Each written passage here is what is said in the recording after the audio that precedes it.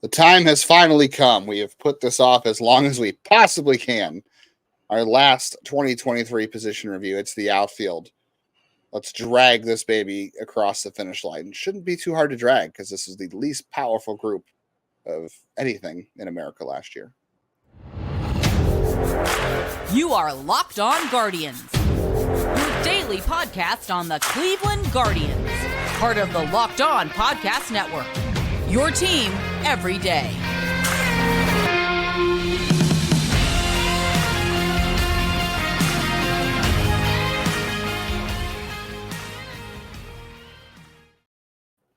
Hello, everyone. Today's episode is brought to you by FanDuel. Make every moment more. Right now, new customers get $150 in bonus bets guaranteed when you place a $5 bet. Visit FanDuel.com/lockedon to get started today. I think the only thing I was dreading more than this was the rise of political ads everywhere. That's about the only thing that is I can agree more with a dread and also has less power than the Guardians outfield. But I'm just glad they're not powerful, at least not to me. But yeah. But yeah, it's amazing to me. There are still people, Hiram, talk about one of our everydayers out there, who thinks that this outfield set, that they got the internal options to make this work. They don't need anything. I'm going to point out the single greatest outfielder this team has produced since Manny Ramirez is Luke Scott, who never played here, got up to AA. And I believe number 2 is still Ryan Church. Steven Kwan is now 3rd. But yeah, that's where, I think he knocked John Nunley out of your top 5 list. It's a bad group. For whatever reason, this team homegrown outfielders, right? These are homegrown. These are guys who were drafted and or developed by Cleveland. And you had your episode from Monday. People should go and check out. But their answer, I know, that got kind of people mad was that they don't want to block young players' internal growth. Hopefully, we'll see some of that. And a year ago at this time, we talked about, hey, the reason they made those trades for Benson and Jones is because they believed in Brennan. They believed Oscar had earned another chance. By the way, it looks like Oscar's going to pass through waivers. A lot of people asked about this, which means no, Cleveland can't sign him if he'll just be in AAA. He's not, at the end of the year, he can be a minor league free agent and go wherever he wants. But nobody wanted him. But he did. He had to earn that second chance. I can't fault them there. They really believed in Brennan, and then I think they probably thought Valero would be up at some point as their third choice, but Valero has been so inconsistent and so hurt. I mean, outside of Daniel Espino, I don't think anyone has consistently missed as much time in the minor leagues than Valera. Jonathan Rodriguez, breakout. He won if you look at all of Cleveland's minor leagues, he was the Triple Crown winner for home runs, average, and RBIs. Not that most of those categories really matter when you're looking at AAA data. But he had a breakout year, former 3rd-round pick. Hopefully he'll get some chance. He's the new Oscar. He's the only right-handed hitter they got. I know I'm getting way off rails here. So let's talk about what they had. Miles Straw, Steven Kwan, let's talk about Kwan a little bit, because Kwan had an interesting year last year because he started out with a little bit of regression. The first half wasn't so good for him. Hit 263 in the first half. Had a WRC plus in the first half of 93, which, all things considered with this group, 93 was not bad. That's only in the context of this group, not the rest of Major League Baseball. But the second half, he was 109. The slugging percentage went down from 2022 to 2023. We talked about regression and average on balls in play, which that's going to happen for guys. Like, how do players impact how do they have an impact on their own average on balls in play? Because we talk about what the average is, like 290 to 310 ish, right? That's kind of starting to get up a little more. Yeah. With the shift being gone, maybe. Yeah. Yeah. And there's a couple ways players can affect that. Speed obviously is one of them. And 2 is how hard you hit the baseball. Well, we know Steven Kwan does not hit the baseball hard. And he was hard hit percentage in baseball. He was the worst. He was at the first percentile. Barrel rate for it. I see some people who say, and even people that I used to write with, people who I think are very smart, who are talking. Steven Kwan is not going to get to double-digit home runs. Let's just put that. He doesn't hit the ball hard enough. And he doesn't have a swing. Ooh, 2024 hot take alert. We're talking about 2023, and Jeff's already talking about hot takes. I'm just going to say, he's not going to be a 10 to 15 home run guy. Yeah, might he break 10 once or twice? First, he doesn't barrel the ball, which means he doesn't hit in the barrel because he does make adjustments, which makes him a good hitter. He doesn't hit the ball hard. He is never going to hit the ball hard, which is fine. He's a productive outfielder. Put him in left, put him in center. He'll be a league average bat with a plus defense and good base running. That is a starter. He is a starter you can put in and forget about it. But he's not going to be more than that. He's not going to be, he's not going to be an all-star. He might have a really hot half where he can make an all-star team, but it's just not going to. And we always talk about BABIP.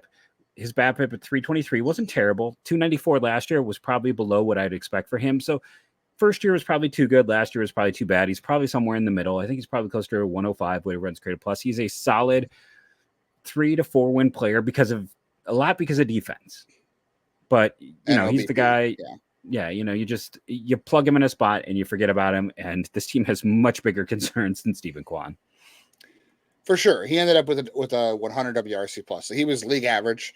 And as we talked about multiple times in the show last year, league average was good for anything. And remember how we talked about how, at one point he had reverse splits and he was hitting lefties better than righties.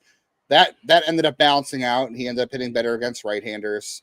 And again, his BABIP went down this year a little bit. And again, because he doesn't hit the ball hard, he is relatively fast. Obviously, he does have speed, so he can impact his average on balls in play last year. But weird he didn't have a big jump in stolen bases. Like, why? Weird this whole team did not take advantage of the rule. Yeah, we'll talk about that with Miles Straw, but it was with everybody, and I think that's something that needs to change for 2024 for sure. That was a weird thing. I think that it was an average on balls in play of 294, so he kind of settled in around league average, and that's what I would expect for him. So, what he did, will he come close to hitting 298 again? I think in some years. I think we're talking about a guy who's a 270 to 290 hitter, maybe a 300. I could see him running into 10 homers one day. He hit 5 this year. I could see him getting enough pull, getting more confident in pulling the ball and picking his spots. He has to change who he is as a hitter, though, to go if you're literally the weakest, like a first percentile and hard hit, right. Because his swing isn't to get to power. He is swinging for contact. He's swinging for the gaps. He's seeing pitches that he knows he can do things with. So he's as a hitter, he's not built for that at all. So he'd have to change his whole approach. I will say his expected batting average, and the expected stats to me don't mean a whole lot because it just says what should have happened. I don't think it's predictive. It just says what should have happened. I don't know if it means it's what's going to change. But if you look at expected batting average was 282, and that's based on hard hit and launch angle and just all those factors. Zips doesn't like him, and that's kind of part of the reason why too. So if you put him at 282 last year as a hitter, it raises his batting average by 14 points. If you add that to his OBP, he's into the 360s. That's about where I think he is. I think that's who he is. And that's fine. Like you said, this team has bigger problems than Steven Kwan. What did we say going to this offseason? This team in 2024 needs to have a better outfielder than Steven Kwan. That's not a knock on Steven Kwan. It's the fact that he should not be the best outfielder on a winning team. That's not a knock on him. On a good team, he's your bottom of the lineup, and he's the worst outfielder. I could live with him leading off. It depends on how you put together the rest of your lineup because he can be a 350 on base guy and he runs well. That's fine. But again, like you said, this is a guy, remember the old Ronco infomercial, set it and forget it? Steven Kwan set it and forget it. He's fine. Yep. Put him in left, like you said, put him in left field, let him steal 20 bases, let him hit 5-7 home runs, let him play gold glove defense, and don't worry about it. But you should worry about everything else. You should worry about why Miles Straw didn't steal more bases last year. You should worry about why Steven Kwan didn't steal more bases. Why Everett didn't steal more bases. You should worry about how many home runs this team didn't hit as an outfield. Jeff, I'm going to quiz you on how many home runs this team has in an outfield last year in just a moment.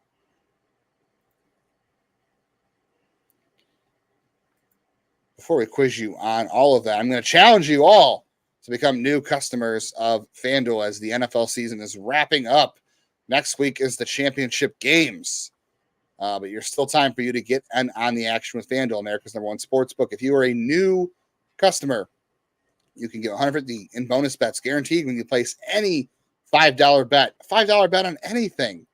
And you're going to get 150 in bonus bucks from FanDuel. Win or lose, The app's easy to use. I made some bets over the weekend, and I'm just going to tell you, I lost them all. I didn't do good. I put a couple bucks in just to have some fun with the playoff games over the weekend, and they were all bad. But you can do better than me by placing a $5 bet if you're a new customer. You can do live same-game parlays, finding bets in the new Explore tab. I did actually explore that this weekend, finding out which bets I wanted to lose on.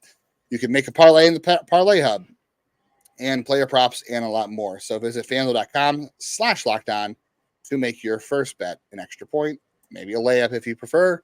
FanDuel is an official partner of the NFL. All right, Jeff, how many home runs do you think this team hit as an outfield? Just not just the guys who are outfielders, but the guys who were playing outfield when it happened. I'm going to say 15. Ooh, you are really close. That's sad how close you are. It is 18. 18. Not bad. I'll take that. That's a win for me. I knew it was in the teens. I knew there was no way they got to 20 because Straw hit one, and it was like a World Series moment for him. Will Brennan had like 4 after he killed a bird, and then nothing after that. We already said that Kwan had 5 or 6, and then it's like, Arias probably had a few during his hot stretch. Oscar had a few, and it's like, who else was going to hit him? I mean, Jeff, a few. Calm down, a few. Cole Calhoun, David Fry, Gabriel Arias, and Oscar Gonzalez all hit 1 home run while they played. I thought Oscar would have had at least 2. No. He had 1 as an outfielder. I don't know about DH, but just as an outfielder. Yeah. Kwan and Brennan both hit 5 as outfielders. Ramon Laureano, we had to talk about, hit 3. Do you want to guess who got the second least amount of home runs from their outfield last year and how much they hit? Do you want to guess? Second least? The one person who had this just above, who finished above Cleveland, and how many did they hit? Oh, I thought you were like amongst Cleveland outfielders. No, what team hit the Marlins? The Marlins outfield has been kind of they got Soler, right? He was more Marlins of an hit 67 as an outfield. They were 14th in baseball. So they were that was the middle of the pack offense power wise. Yeah, because I forgot about Soler not being their DH last year. Yeah. Give you one more guess. The Giants, maybe? The Giants as an outfield hit 49 home runs. They finished in 28th, so you were pretty close. It's close. I'm close. I'll take these. These are near wins for top of the head stuff. The Washington Nationals had the second least amount of home runs last year in baseball as an outfield with 46. Stone Garrett and Lane Thomas. They hit almost 30 more home runs than the Guardians outfield, and they were the second to least powerful outfield last year. That 30. I mean, Nolan Jones had more home runs last year than the Guardians outfield combined. Yeah. But you want to know what? At the end of the day, still got a chance to win that deal, but it's going to be hard. It's going to be hard. Power is power. Yes. This team did not have outfielders that were built in for power because they traded one away to Colorado, and they didn't have anybody in the outfield this year that was going to hit for power. What they did have was outfielders who were supposed to run and steal bases. Instead, they got 53,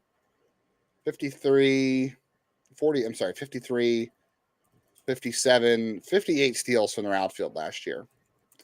If you want to go back to 2022, they led the league in 2022. Yeah, they led the league. That was like their calling card. I mean, I thought for sure Miles Straw was going to steal like 40 bases this year because he was putrid the year before, but he at least still stole bases when he got on base. Then he stole one less base in 2023 than he did in 2020. He was afraid. Like it looked like he was afraid to steal bases. Like it got easier for every team in baseball but the Guardians. And the Guardians helped make it easier for everyone by having Zunino and Naylor back there, who both struggled throwing guys. Not to mention the relievers who don't know how to hold runners on either. Yeah, and they can't hold it. But as a team, they stole the most stolen bases, youngest team in baseball. They were still the youngest team in baseball. I don't know. It's to me the most mind-boggling. Like right, if you don't have a team that can hit for power, you've got to go out and break. And everyone talked. We all talked about it. And do you remember that projection from 538 that talked about the team that was most prepared in terms of how their roster was built and the skill set, who was most prepared to take advantage of the new rules, was the pickoff rules and the pitch clock and all that stuff. It was Cleveland. They projected Cleveland to be the team statistically, not just dealt with all of it. Right. But it wasn't just guesswork. It was numbers. It was projections. Mm-hmm. They were saying, based on all the numbers we have available, and I know someone's going to comment saying this is why you don't do sabermetrics. This is why you don't do stats, blah, blah, blah. But it wasn't just that. Right. It was based on there was also, what they did in 2022 and what you could project going forward is that they were the best position of any team in baseball to take advantage of the new rules. And they all regressed. Kwan stole 21 bases last year. Okay. So that's about who Steven Kwan is, I think, especially when Jose Ramirez is sitting behind you, because there is something to be said about the fact that you're going to be a little more careful running in front of Jose Ramirez because that's the only guy in your lineup who can change the game with one swing of the bat.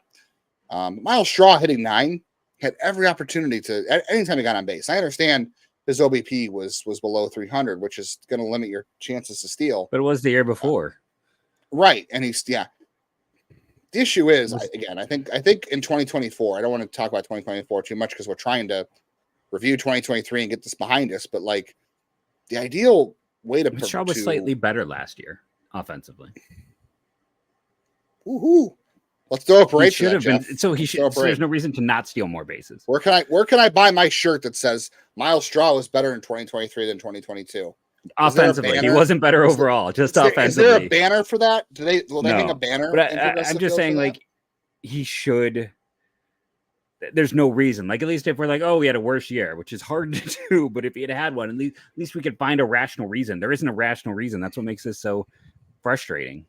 Right. I would love to have heard an answer. We never got a question about it. I know the question was asked for sure. I'm sure someone asked. I'm sure Zach asked and never got an answer, probably because these questions don't get answered. But why he didn't run more? Why they didn't make more opportunities to bring him off the bench when he wasn't hitting, to say, let's organically work his or let's take advantage of his speed. I'm not sure the right word to put it. It's embarrassing. I don't know the right word for it, but let's leverage his speed. He can't get on base. His on base percentage was bad at 301 as an outfielder. Okay. Can't you take his best skill and maximize it by pinch running him for somebody else that's slow, that gets on base in key spots that matter, instead of starting him every day and forcing him to get on base himself? That never happened. I don't understand that. We'll see what happens in 2024. Did you consider anyone else? And it was like, no. Like Tito straight said, like he didn't. That was a pinch hitting. Yeah, that was a pinch hitting question where they never pinch hit for Straw. The idea for Straw, because really, he thought that it was the best choice for them. Yeah, the answer was because we wanted a hit, not a home run. We were looking to get runners on base, I think. So I don't know. That's a whole other can of worms to go down. But it is baffling how this team didn't run more as a whole team. This is not just Miles Straw. This is not just the outfield. This is really a whole team problem why they didn't steal more last year. And there was never an explanation for it. That's if you're a team that's not going to hit for any power. And Chris Faleka, I talked about this on Monday's show, and he talked about this. Chris Faleka talked about this Guards Fest, saying, we know we have to address the elephant in the room, that we need to impact the baseball more, but at the same time, we have to play to our strengths and not get away from our strengths and our personnel. The team personnel is contact and speed. Right. Well, clearly you have speed, right? Clearly this team had speed. They didn't show it as well last year. It's like last year, we could argue there was not a single strength. Right. So you've got to play to what skill set you have to create runs. This team did a great job in 2022 creating runs with their speed and their base running. That didn't happen in 2023 despite the new rules. They didn't do that. And the outfield was at the Miles Straw is probably the fastest guy in the team. And again, I'm not saying he's the only problem here, but he's the fastest guy in the team. You're expecting steals and leveraging his speed. They never did that. And now he's owed a bunch of money and you don't know what you're going to do with him. And you've got other players in the roster that you're trying to work in and figure out what to do with. One of those is Ramon Laureano. We'll talk about him. That came on last year. We'll talk about a couple other players that didn't take advantage of opportunities, and we'll try to squeeze in if any outfield prospects made any headway last year that we can feel good about going into 2024.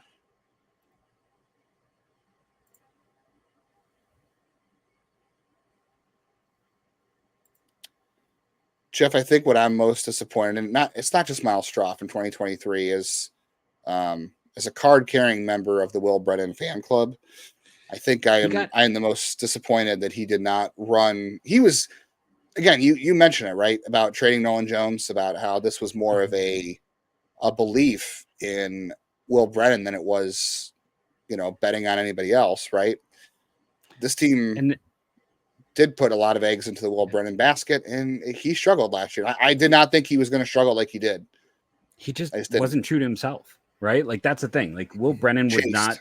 He was a different guy. I don't know if it was pressure. I don't know what was going on, but it's like, I mean, the metrics on him argue he should have been in the Gold Glove discussion again, not golden. That's boxing. Gold Glove discussion again with the rest of that outfit. It was really Jose was the Gold Glove guy last year.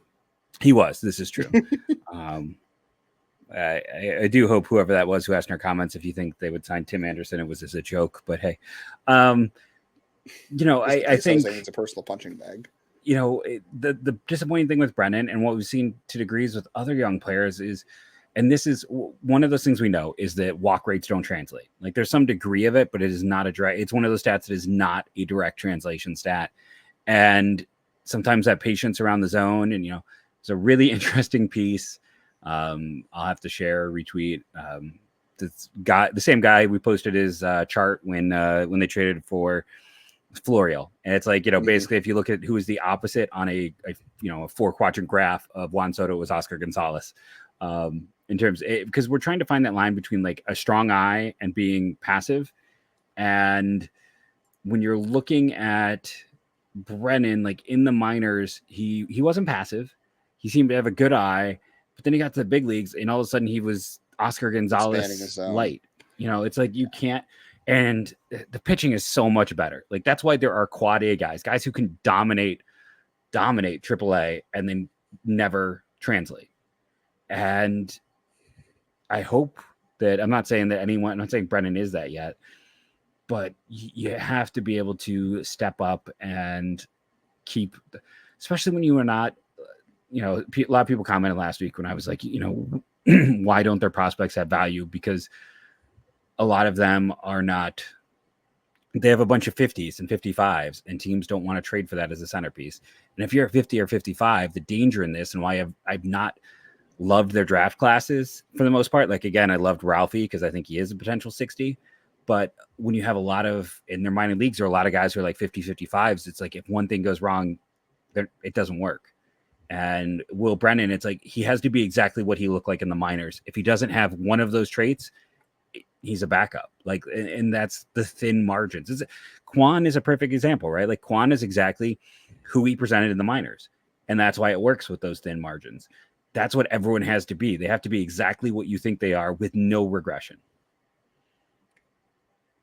It's some good points. There's not a lot of margins there for success, and we could have a whole episode. And I think we will talk about this in the future, because I know we want to do one episode where we draft tools of prospects in the organization. Who has draft this hit tool, draft this power, and try to make up the best prospect. And I think we've talked about it off air, but especially when you're banking on the hit tool, right? If you're saying that this guy's carrying tool, judge well. Right. It's hard, not just for Cleveland. It's hard for everybody. I know people are going to say, well, other teams hit better, so they figured it out better. Yeah, that's true. But when you're banking a player's upside and his future on his hit tool, the hardest one to evaluate, whether other teams do it better or not, I'm sure they do, but it's still the hardest one to project out of all the tools. And when that is supposed to be your prospect's carrying tool, and like you said, when it doesn't pan out, when this guy is more of a 50 hitter than a 60, there's not a lot of room for that prospect to bloom into anything else, because he doesn't have power. He doesn't have overwhelming defense or speed, and defense only gets you so far on a major league roster, because at best it makes you a backup, those kind of things. So we could have a whole episode discussion on that. I'd love to talk about that more in depth. But as far as, Will Brennan goes and other guys and prospects, like, yeah, 100% right. He ended up with Oscar Gonzalez syndrome. Oscar Gonzalez is in his own category in terms of chase rate. Like, so the average chase rate in Major League Baseball last year, if you're looking at swing percentage on FanGraphs, was 31.9%. Oscar pitches out of the zone last year at a 50% rate, almost 60, 50.9. That is on its own island in terms of data. Will Brennan was at 42.2, which is still abnormally high over the league average rate. which is not who he. Well, okay, I shouldn't say that's not who he was in the minors, because there's two things to why you said minor league walk rates don't translate. One is the skill of the pitcher, right? It's easier to lay off pitches in the minors that are non-competitive, because there's a reason a lot of guys are in AAA, right? For pitchers, like, not to pick on Zach Plesac specifically, but you get a lot of those guys in AAA, right? So when those guys are struggling in AAA, it's easy to lay off pitches that are not competitive. You don't have to swing at that stuff. I think Will Brennan also has he does have contact and hit tool are not the same thing. We agree with this, right? Correct. Contact, yes. yeah. Just because you can make contact, I think I've said in the show before, just because you can make contact doesn't mean you're a good hitter. Ernie Clement makes a ton of contact. I don't think Ernie's a great hitter. He just doesn't strike out. Those two things are not mutually exclusive. Right. So I think Brennan is a good contact hitter. I just wonder how much, because I think Oscar had the same problem. I think when you you can make contact, like Vladimir, someone's going to say, oh, Vladimir Guerrero. Vladimir Guerrero was a unicorn, right? We talk about unicorns in the show all the time. Will Brennan's not Vladimir Guerrero. Oscar Gonzalez is not Vladimir Guerrero. No one is Vladimir Guerrero. Right. Not even Vladimir Guerrero. Vladimir Guerrero's son is not Vladimir Guerrero. Okay. He has not even been that good. Just because I think some guys, though, who know they are good contact hitters, they have good bat to ball skills, they have good hand eye coordination, they can put the bat in the ball, doesn't mean they should swing at it. So I think Brennan is good at making contact, but I think he allows that to play. I think that allows him to, or forces him to, think that he can get to more pitches than he should. And I think he's admitted that he chased too much last year too. I think he said he got out of his own wheelhouse. But two, it's a lot easier to lay off bad pitches in AAA and hit the ones that are closer, because guys don't have as good control. So I'm not done with Will Brennan, but I have to say I really thought he was going to run with that opportunity a lot more last year than he did. Maybe he still will. I'm not ready to give up on him at all. I think he can be a good hitter. But this will be a big year for him if he is still. I wonder how much leash he'll have in 2024. You have Ramon Laureano. You have Estevan Florial now coming on, but the Ramon Laureano thing was wild. I wanted Ramon Laureano on this team, I don't know, 4 years ago. You could hear me doing multiple shows. Like, I'm sure if you have a search engine, Locked on Guardians Ramon Laureano, it's come up a lot. Yeah. I wanted him 4 years ago. He was a good addition. If you look at the Cleveland's hitters last year in terms of outfield, he was actually one of their better outfield hitters.